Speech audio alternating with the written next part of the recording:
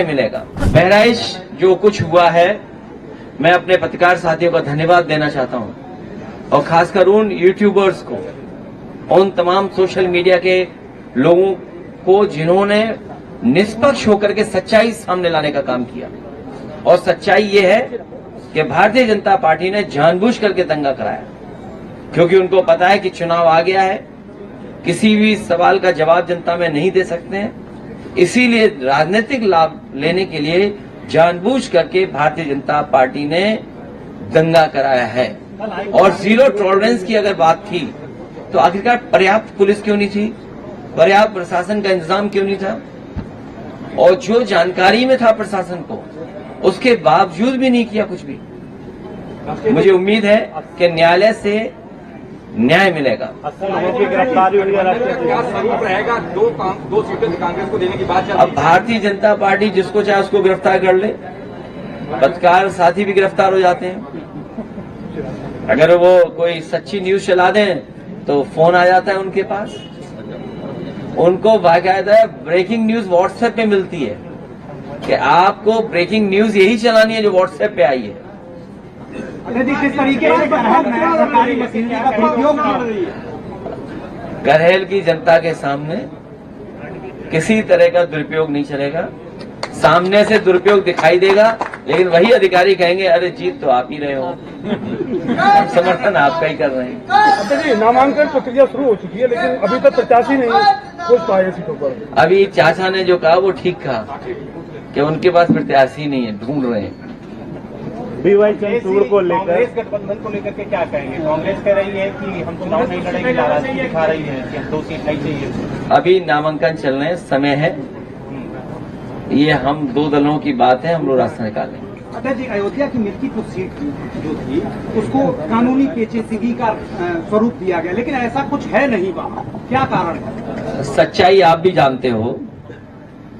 जिस सरकार ने बीएलओ हटाए हों, सब अधिकारियों को हटा दिया हो, अपनी मनमर्जी के अधिकारी पोस्ट कर दिए हो, मुख्यमंत्री जी एक बार नहीं कई बार गए, कई बार विकास का पैकेज भी दिया उन्होंने, और जब इंटरनल सर्वे करवाया उन्होंने तो इंटरनल सर्वे में बीजेपी हार रही थी।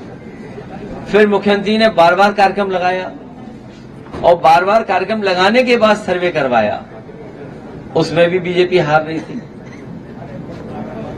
अध्यक्ष जी, करेल में डिप्टी सीएम आए हुए थे, वहां पर 69,000 जो शिक्षक भर्ती के अभ्यर्थी थे वो प्रदर्शन कर रहे थे, उनके ऊपर एफआईआर दर्ज की गई है, उनको जेल भेजा गया डिप्टी सीएम के प्रोग्राम में। मैंने पहले भी कहा आपसे कि ये किसी को न्याय नहीं दे सकते। भारतीय जनता पार्टी किसी को भी न्याय नहीं दे सकती। जो न्याय नहीं दे सकता वो सम्मान भी नहीं कर सकता। और लोकतंत्र की खूबसूरती यही है कि अगर कोई विरोध कर रहा है, कोई नाराजगी है, तो कम से कम उसकी बात सुननी चाहिए। ये जो सत्ता की ताकत से जो मुकदमे लगाए या जेल भेजा है या उनको परेशान किया जा रहा है, यही जनता है, इनका हिसाब किताब करेगी इस चुनाव में। एक बार मुख्यमंत्री, उप मुख्यमंत्री और कई बार रोजगार के मेले, विकास के मेले जो है दिखाई दिया। अब सरकार पे उतना समय नहीं है जितना समय था उन पर। जितनी सरकार चल रही है अब उतना भी समय उनके पास नहीं है। ये सरकार जाने वाले लोगों की है।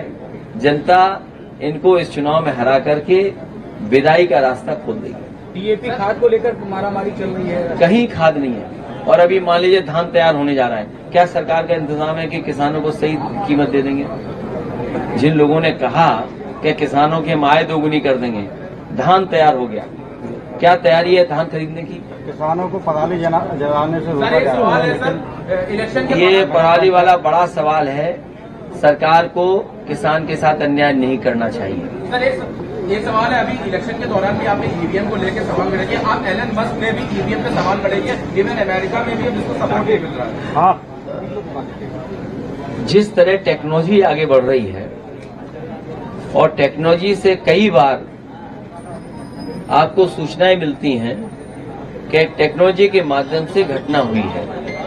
आज ही के अखबार में पढ़ा गया है और किसी अखबार में यह सूचना दी गई है कि सबसे ज्यादा घटनाएं जो आपके टेक्नोलॉजी के माध्यम से होती हैं वो सबसे ज्यादा उत्तर प्रदेश में हो रही हैं। चाहे वो एटीएम से टेक्नोलॉजी के माध्यम से पैसा निकालना, किसी का कार्ड मिसयूज करना, इस तरह की घटनाएं सबसे ज्यादा हो रही हैं।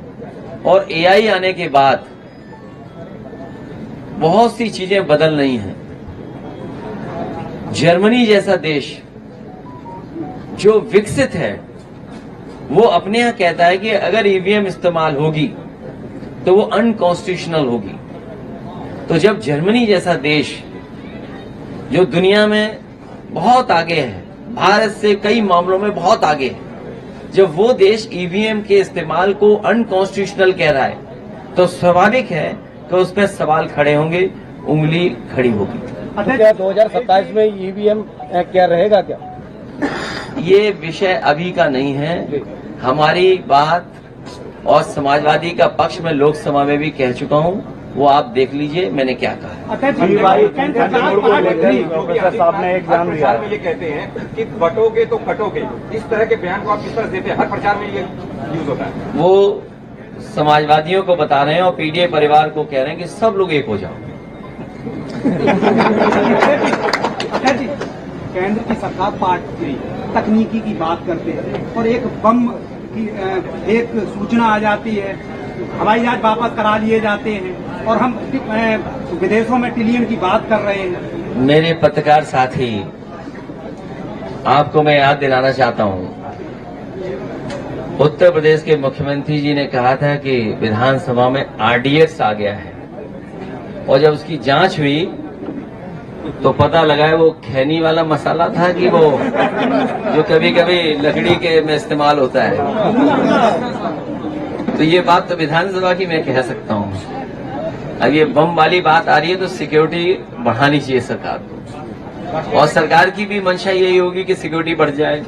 अब कहाँ की सिक्योरिटी बढ़ाना चाहते हैं या डराना चाहते हैं, ये तो सरकार ही बेहतर बता पाएगी। लेकिन बड़े बड़े सवाल खड़े हो रहे हैं, बड़े बड़े सवाल खड़े हो रहे हैं। हालांकि वो समय नहीं है उन बातों को कहने का। कनाडा जैसा देश